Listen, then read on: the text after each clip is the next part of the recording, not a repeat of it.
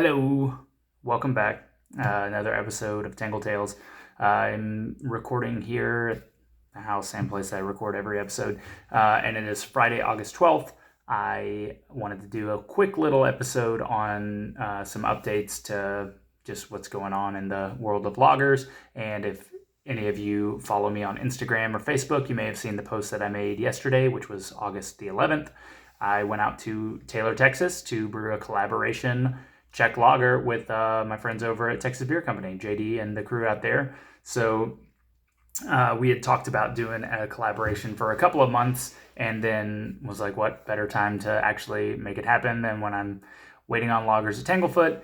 And it just so happened to kind of align with their schedule, and we are preparing to release this in about 6-ish weeks. They're going to have a Oktoberfest event out in Taylor. So anyways, that beer was pretty cool. We had talked about doing Czech lager. Didn't know what kind. Kind of leaning towards more pale lager, Pilsner territory. And we were discussing kind of like the style guidelines and what numbers we wanted to hit. So we landed on a 13-degree pale lager that's a little bit darker, a little bit more malt character than the 12-degree pale lager that I serve at Tanglefoot, or the 10 for that matter.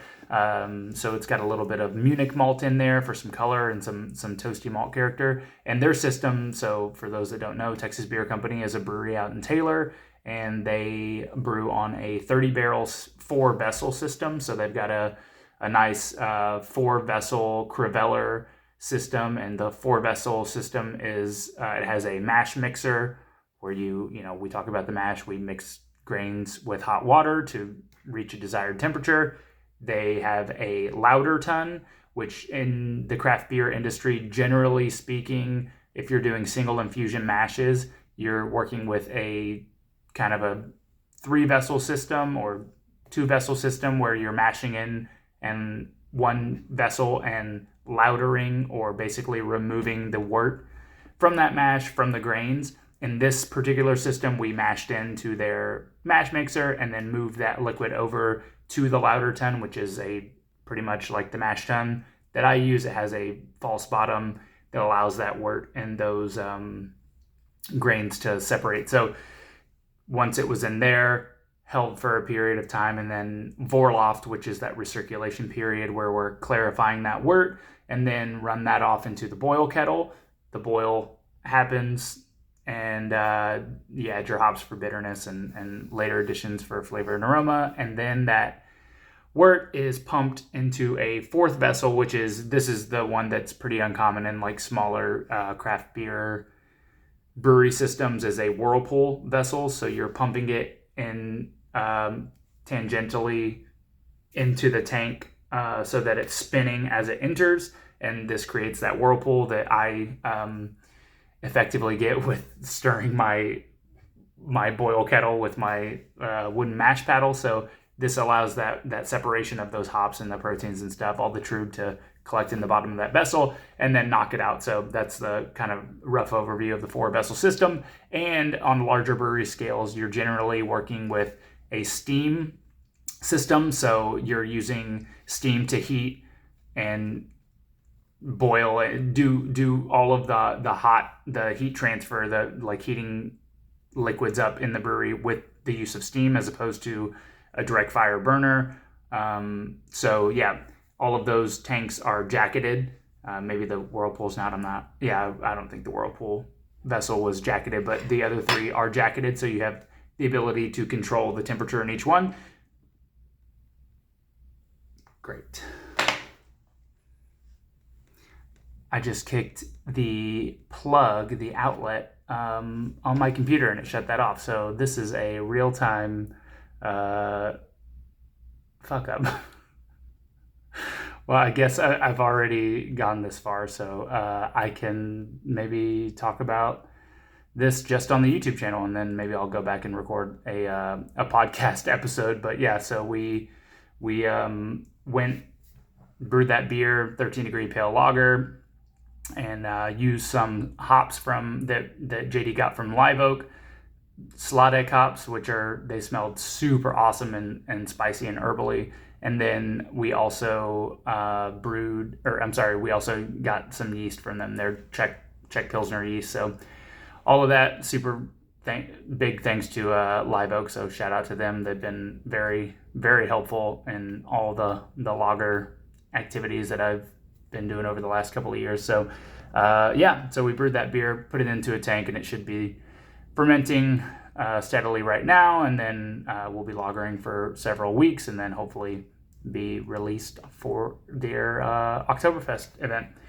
And that's pretty much it on that front.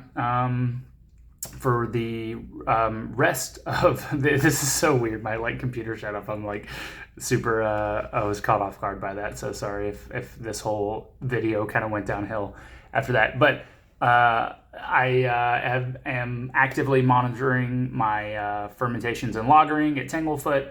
I'm going up there tomorrow to check on the 12 degree pale lager that's been lagering now for about a week. And then last week I brewed a 10 degree pale lager with a fresh pitch of yeast. So I bought a new pitch of yeast from a yeast bank propagator, and got a fresh new colony of yeast in there. So hopefully I'll be able to spread that amongst several subsequent batches, and we'll have some good clean lagering action going on. And so I'll check all that tomorrow and kind of get a better idea of when I'll be able to open. I've interacted with a few people online on YouTube and Instagram and Facebook, and just comments here and there about when are you going to open? You said a couple of weeks. What's the update?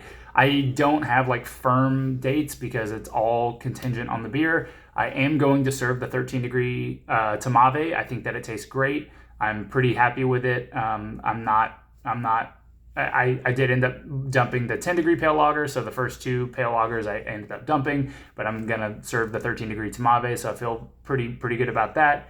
Got the 12 degree pale lager that is a few weeks away from being ready, but honestly I need to get open. I'm about to not have a job. I'm leaving Black Star on the 22nd, and so I need to get open and start selling some beer. And so with that, I'll probably end up kegging off a couple of kegs of the 12 so that I have at least 2 beers, and then the 10 degree pale lager will be at least a month out before that I'm willing to serve that. So all of that is kind of hectic and chaotic, and I'm a little nervous about opening up because I've been closed for so long that I might be pretty busy. So I just want to make sure that when I open up I have everything dialed in. I'm not really changing much to the barbecue.